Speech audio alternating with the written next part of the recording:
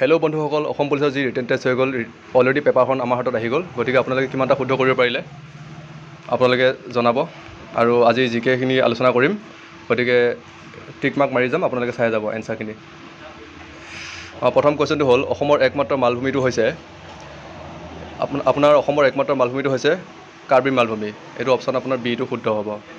Next 2 number কুৱেশ্যনটো হ'ল, চিহাবুদ্দিন তালিচ ফাথিয়া ইব্ৰিয়া তলৰ কোনটো ঘটনা জনাৰ বাবে গুৰুত্বপূৰ্ণ উৎস? এইটো হ'ল আপোনাৰ শুদ্ধ এনচাৰটো হ'ল আপোনাৰ অপশ্যন নম্বৰ চি, মিৰ জুমলাৰ অভিযান। নেক্সট 3 নম্বৰ কুৱেশ্যনটো হ'ল আপোনাৰ তলত দিয়াবোৰৰ কোনটো অসমৰ অৰ্থনীতিৰ মুদ্ৰাৰ স্তম্ভ? ইয়াতে আপোনাৰ শুদ্ধ এনচাৰটো হ'ল ডি, কৃষিকাৰ্য। নেক্সট 4 নম্বৰ কুৱেশ্যনটো হ'ল, কোন চনত অসমৰ চতুৰ্থ তেল শোধনাগাৰ নুমলীগড় সূচনা কৰা হৈছিল? ইয়াৰে শুদ্ধ এনচাৰটো হ'ল 1999, অপশ্যন নম্বৰ বি। নেক্সট 5 নম্বৰটো হ'ল, অসমৰ প্ৰধানকৈ উৎপন্ন হোৱা খাদ্য শস্যবিধ হৈছে? ইয়াৰ শুদ্ধ এনচাৰটো হ'ল ধান, অপশ্যন নম্বৰ এ। নেক্সট 6 নম্বৰ কুৱেশ্যনটো হ'ল, কামাখ্যা মন্দিৰ ক'ত অৱস্থিত? তেনে ইজি কুৱেশ্যন, গতিকে মই ভাবোঁ আপোনালোকৰ এইটো ভুল হ'ব নালাগে। ইয়াৰ অপশ্যনটো হ'ল অপশ্যন নম্বৰ এ, নীলাচল পাহাৰত। নেক্সট 7 নম্বৰ কুৱেশ্যনটো হ'ল, আহোম ৰাজবংশৰ শেষৰগৰাকী স্বৰ্গদেউ কোন আছিল? ইয়াৰে কুৱেশ্যন এনচাৰটো হ'ল অপশ্যন নম্বৰ চি, পুৰন্দৰ সিংহ। তেনে সহজ প্ৰশ্ন, পুৰন্দৰ সিংহ। নেক্সট 8 নম্বৰ কুৱেশ্যনটো হ'ল, জয়দৌল কাৰ স্মৃতিত নিৰ্মাণ কৰা হৈছিল? সকলোৱে জানে নিশ্চয়, অপশ্যন নম্বৰ এ, জয়মতী কুঁৱৰী। 9 নম্বৰ কুৱেশ্যনটো হ'ল, নিম্নলিখিত জিলাসমূহৰ কোনখন জিলা বৰাক উপত্যকাত অৱস্থিত নহয়? ইয়াত নহয় লিখিছে, গতিকে আপোনালোকে খুব সাৱধানে এনচাৰবোৰ কৰিব। এনচাৰটো হ'ল মৰিগাঁও, কাৰণ মৰিগাঁওখন হ'ল প্লেইন এৰিয়াত, মানে ব্ৰহ্মপুত্ৰ উপত্যকা হয়। নেক্সট 10 নম্বৰ কুৱেশ্যন এনচাৰটো হ'ল, নিম্নলিখিত কোনখন ৰাজ্যক স্বৰ্গদেউ ৰুদ্ৰসিংহই অৱশেষত আহোম ৰাজ্যত অন্তৰ্ভুক্ত কৰিছিল? ইয়াৰ শুদ্ধ এনচাৰটো হ'ল দফলা ৰাজ্য, অপশ্যন নম্বৰ চি। নেক্সট 11 নম্বৰ কুৱেশ্যনটো হ'ল, অসমৰ প্ৰথমগৰাকী মহিলা মুখ্যমন্ত্ৰী কোন? এইটো বাৰে বাৰে ৰিপিটেড প্ৰশ্ন হয়। ইয়াৰে শুদ্ধ এনচাৰটো হ'ল অপশ্যন নম্বৰ এ, ছয়দা আনোৱাৰ তাইমুৰ। 12 নম্বৰ কুৱেশ্যন এনচাৰটো হ'ল, কাৰ ৰাজত্বকালত ইটা আৰু চূণ চুকিৰ মিশ্ৰণ ব্যৱহাৰ কৰি ৰংঘৰ পুনৰ নিৰ্মাণ কৰা হৈছিল? ইয়াৰে শুদ্ধ এনচাৰটো হ'ল, ৰংঘৰ পুনৰ নিৰ্মাণ কৰা হৈছিল স্বৰ্গদেউ প্ৰমত্ত সিংহৰ দিনত। 13 নম্বৰ কুৱেশ্যন এনচাৰটো হ'ল, অসম কায়াকিং আৰু কেনইং প্ৰশিক্ষণ কেন্দ্ৰ ক'ত অৱস্থিত? ইয়াৰে শুদ্ধ এনচাৰটো হ'ল অপশ্যন নম্বৰ এ, দীপৰ বিল। 13 নম্বৰ কুৱেশ্যন এনচাৰটো হ'ল, 13 নম্বৰটো কোৱা হ'ল অলৰেডি।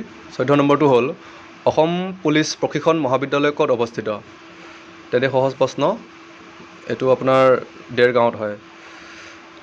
15 নম্বৰ কুৱেশ্যন এনচাৰটো হ'ল, গৰমপানী অভয়াৰণ্য ক'ত অৱস্থিত? গৰমপানী অভয়াৰণ্য অপশ্যন নম্বৰ এ, ডিফু, কাৰ্বি আংলং ডিষ্ট্ৰিক্ট, ডিফুত অৱস্থিত। 16 নম্বৰ কুৱেশ্যন এনচাৰটো হ'ল, কাৰ ৰাজত্বকালত চীনা পৰিব্ৰাজক হিউৱেন চাং কামৰূপ ভ্ৰমণ কৰিছিল? ইয়াৰ শুদ্ধ এনচাৰটো হ'ল option number D, Bhaskar Barman. 17 number question এনচাৰটো হ'ল, এছিয়ান ডেভেলপমেণ্ট বেংকে অসমত নৱীকৰণযোগ্য শক্তিৰ ক্ষমতাৰ বৃদ্ধি আৰু শক্তিৰ সুৰক্ষা উন্নত কৰাৰ বাবে শেহতীয়াকৈ কিমান পৰিমাণৰ ঋণ অনুমোদন কৰিছিল? ইয়াৰে শুদ্ধ এনচাৰটো হ'ল option number B, $43025 million.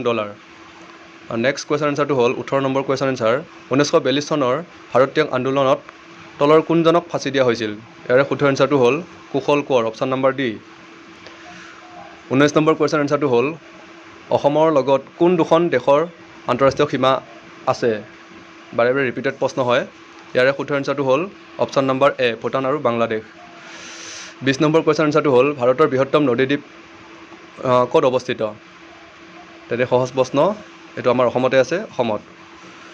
21 number question এনচাৰটো হ'ল, ভাৰতৰ বৰ্তমান বৈদেশিক পৰিক্ৰমা মন্ত্ৰী কোন?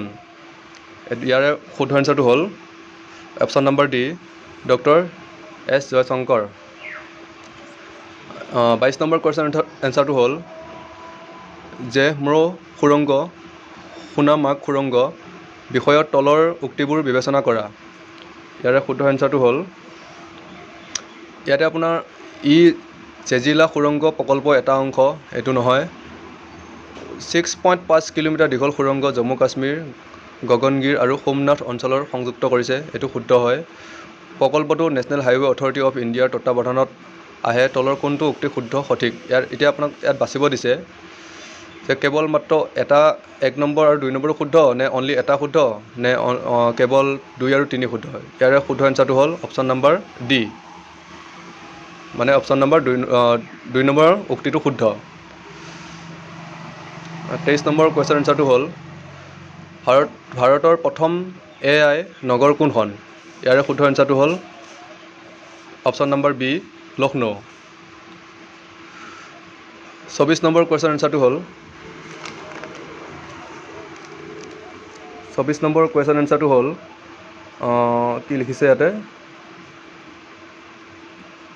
কোপাইলাইট কি লিখিছে এইটো, কোপাইল্ট কম্পিউটাৰ য'ত AI প্ৰযুক্তিৰ দ্বাৰা